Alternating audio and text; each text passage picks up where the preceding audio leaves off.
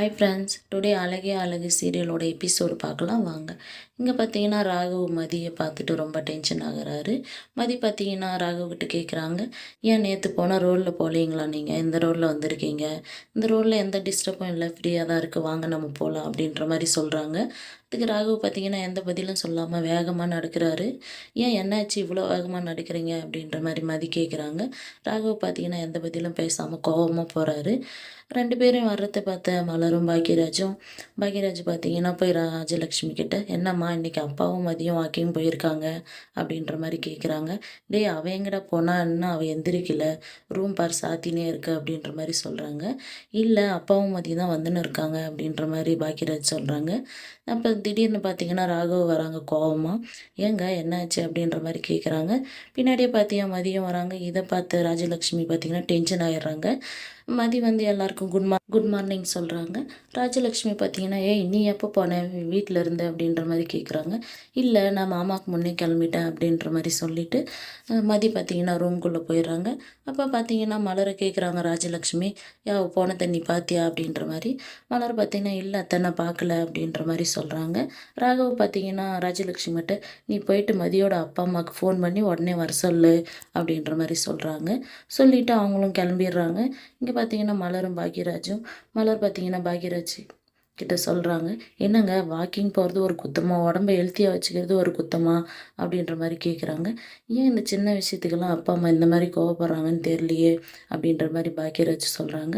அப்போ பார்த்தீங்கன்னா திடீர்னு மதியோட அப்பாவும் அம்மாவும் வராங்க. இதை பார்த்தா மலரும் வாங்கன்றாங்க.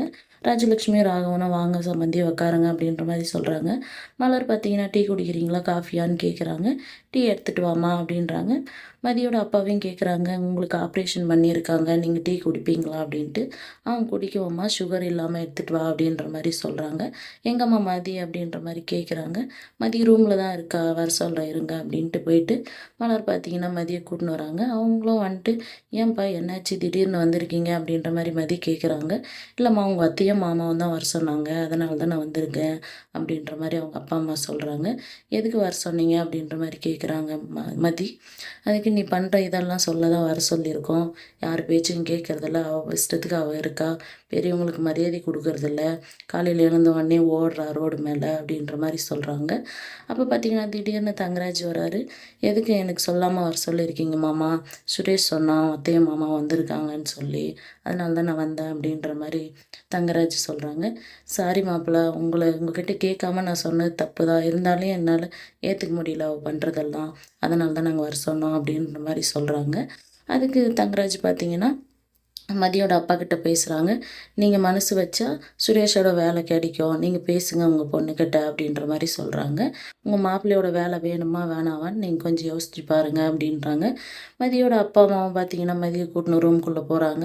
மதியோட அம்மா பார்த்தீங்கன்னா கொஞ்சம் அனுசரித்து தான் போயம்மா, இப்போ தான் கல்யாணம் ஆகிருக்கு, நீ ஏன் அப்படி பண்ணுற அப்படின்ற மாதிரி சொல்கிறாங்க. என்னம்மா கல்யாணம் ஆகி 3 நாளில் உங்களை வர வச்சுருக்காங்க, அதான் அப்பாவுக்கு ஆப்ரேஷன் பண்ணி இவ்வளோ இதாக இருக்கார், அவர் வர வச்சுருக்காங்கன்னா இப்படியாப்பட்ட குடும்பத்தில் என்னை கொடுத்துருக்கீங்களேன்னு நீங்கள் தான் நினச்சி ஃபீல் பண்ணோம், நீங்கள் எதுக்கு வந்தீங்க அப்படின்ற மாதிரி கேட்குறாங்க. அதுக்கு மதியோட அப்பாவும் பார்த்தீங்க, இல்லைம்மா மதி அப்பா அமைதியாக இருங்கப்பா, உங்களுக்கு சர்ஜரி பண்ணியிருக்காங்கன்ட்டு நான் அமைதியாக இருக்கேன் அப்படின்ற மாதிரி சொல்கிறாங்க. மதியோட அம்மாவும் கொஞ்சம் அனுசரித்து போம்மா, நான் கல்யாணம் பண்ண வந்த புதுசில் உங்கள் பாட்டியும் என்னை இப்படி தான் பண்ணாங்க, இப்போ எல்லாம் ஓகே இல்லையா, அந்த மாதிரி தான் கொஞ்சம் அனுசரித்து போ அப்படின்ற மாதிரி சொல்கிறாங்க.